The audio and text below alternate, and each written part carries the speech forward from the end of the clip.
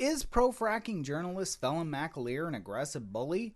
Or do anti-fracking activists just hate to be asked critical questions? Hi, my name is Kevin Kilo and I live in Ray, North Dakota, in the heart of what is called the Bakken. It's an area of some of the highest concentrations of fracking operations in the world.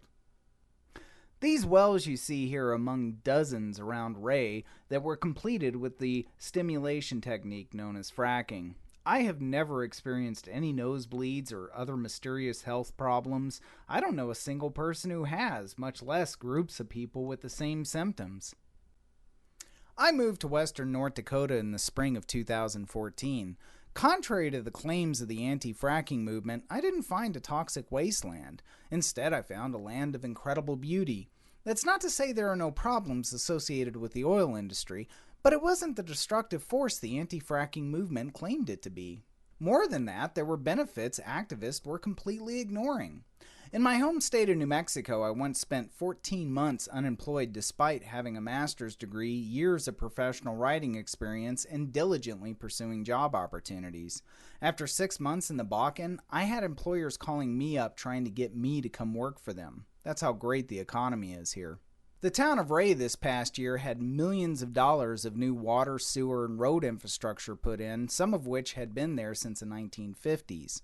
Water was coming out of the pipes brown from the rust in the old cast iron pipes. Thanks largely to oil money, that old infrastructure was replaced and the water here is much cleaner. You could say fracking made this town's water cleaner. Where's the New York Times reporting on this huge benefit of fracking? After seeing firsthand that a community impacted by fracking was not a toxic, crime-ridden wasteland and was in fact enjoying some amazing benefits, I became convinced the anti-fracking movement was not being honest in its portrayals of the industry. This dishonesty is fully displayed in a video by Hope Forpeace, her real name. The video is critical of Phelim McAleer. McAleer is a pro-fracking reporter who made the documentary Frack Nation. It's an excellent counterpart to the highly manipulative anti-fracking documentary Gasland. In Frack Nation, McAleer attempts to interview Calvin Tilman. Tilman was mayor of Dish, Texas before he moved away, claiming that fracking was giving his children nosebleeds. The mainstream media ate this up and blindly reported that the oil and gas industry in Texas was poisoning innocent children. In his documentary, McAleer attempted to ask Tilman simply if he had any actual proof that fracking was causing his children's health problems. Instead of answering those questions, Tilman runs off in terror, hops into his car, and drives away. In Forpeace's video, she interviews Tilman about the incident, and he makes some pretty interesting excuses.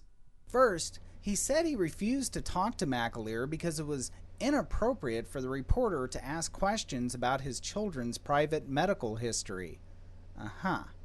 So get this, Tilman publicly discloses information about his children's health problems in the national media, giving exclusive interviews to the Huffington Post about them, where he accuses the oil and gas industry of causing those problems. Then when a reporter asks him for any evidence of these accusations, Tilman claims it's inappropriate to ask about such personal information. So his children's medical problems are public knowledge when he's using them to advance his anti-fracking ideology, but the second a reporter asks him for proof the oil and gas industry caused them, suddenly they're private information.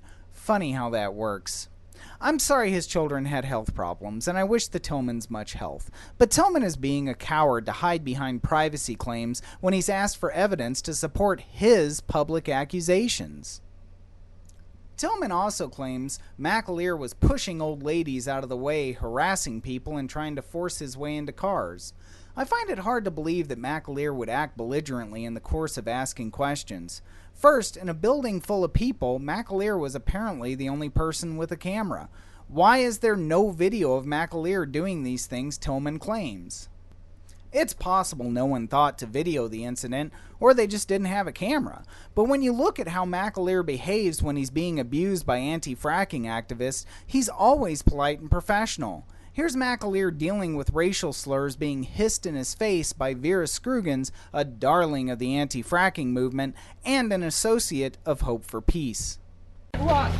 You're an Irishman. Get lost. You're not even an American. Miss Sarandon. Do not speak to an American. Miss Sarandon, would you like to apologize to the people of Dublin? Did the journalists there ask why other journalists are excluded from the press conference? You're not a journalist. You're not a journalist, you're a backstabber freak. that lies to people to get their home. You're an Irish freak. Could the Go journalists drink. ask Go Ms. drink some Sarandon why alcohol. some journalists are excluded from the press conference? Go get drunk and be a drunken Irish freak. Do you think Irish people are drunk? Some of them are, and you're the epitome of it. You're an alien. You look like a fucking alien. Look at the way you look. You don't even look human. You look like a fucking alien. That's what you look like. So maybe I have to chase you. I'm going to chase you the fuck out of here. Out of my country. Out of my country. As you can see, he's still calm and polite in the face of this vicious rebuke. Just recently, McAleer released video of Scroogins appearing to assault him when he asked questions on a public street. She accused him of harassing people and tells other activists present to call the cops. And they do. Apparently, they think it's some form of criminal harassment to ask them critical questions in a public place. So when Tilman claims McAleer was harassing people, most likely he was just asking questions these anti-fracking activists didn't want to be asked. And even when it appears Scroogins assaults him, McAleer doesn't react with hostility. He's calm, cordial, and professional.